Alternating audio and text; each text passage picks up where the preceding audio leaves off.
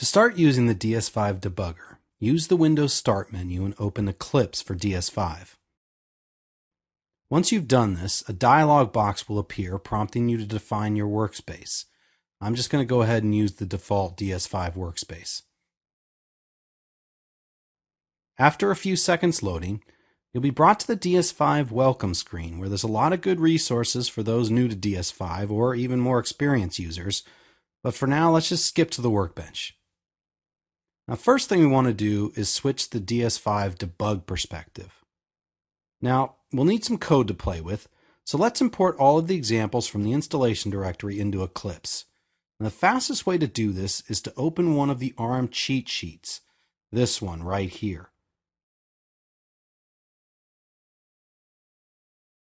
Now we'll skip importing the bare metal examples and just import the Linux examples. Now I'm blatantly cheating time here. This will take some time to import and build. Now let's open the Debug Configurations dialog from the Run menu. We'll start with the configuration for the Chaos example project. Open it up and let's look at the Connection tab. So the default on these first three options will be fine. If we wanted to connect to an actual target, we'd choose one from one of the myriad available to us in the Run menu. But we're going to run on the RTSM. Because we chose an RTSM, there's only one option under project type. But if we chose hardware, there would be options here like to debug on bare metal or as a Linux application. The debug operation menu gives us two options. Either we can let the DS-5 debugger trigger a new GDB server session, or we can connect to one that's already been started. We're just going to go ahead and start our own session.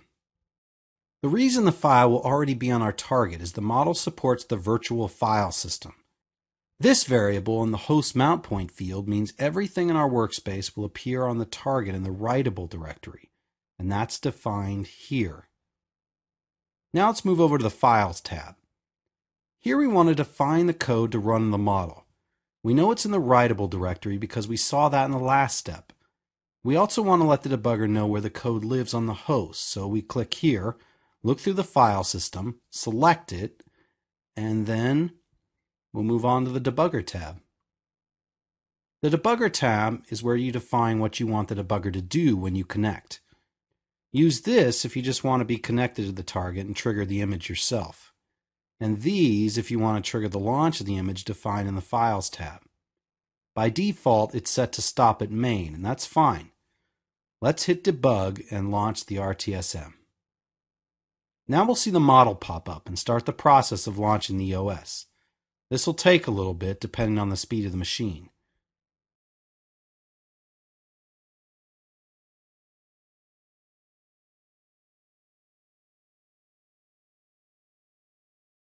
So because we've told it to stop at main, it stops right after it's triggered the launch of Chaos. Before we start it again, let's set a breakpoint somewhere that's easy to trigger. Open up palette.c under Filters. Scroll down to the Make Starfield Palette function and double-click here in the left margin to set a breakpoint. We'll trigger this in Chaos when we activate the Starfield filter. Now on the RTSM, let's open the Filters menu and select Starfield.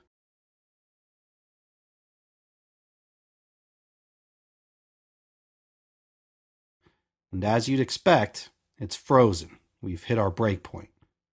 Now that we're stopped, let's take a look at some of the debugger's most important views. Debug control is where we stop and start the debugger and use the familiar step controls, but it also breaks things down by thread. Click here on this thread and the rest of the views will update. Over in the Registers view, you can see exactly what's stored in each register at the breakpoint, including the VFP and Neon registers.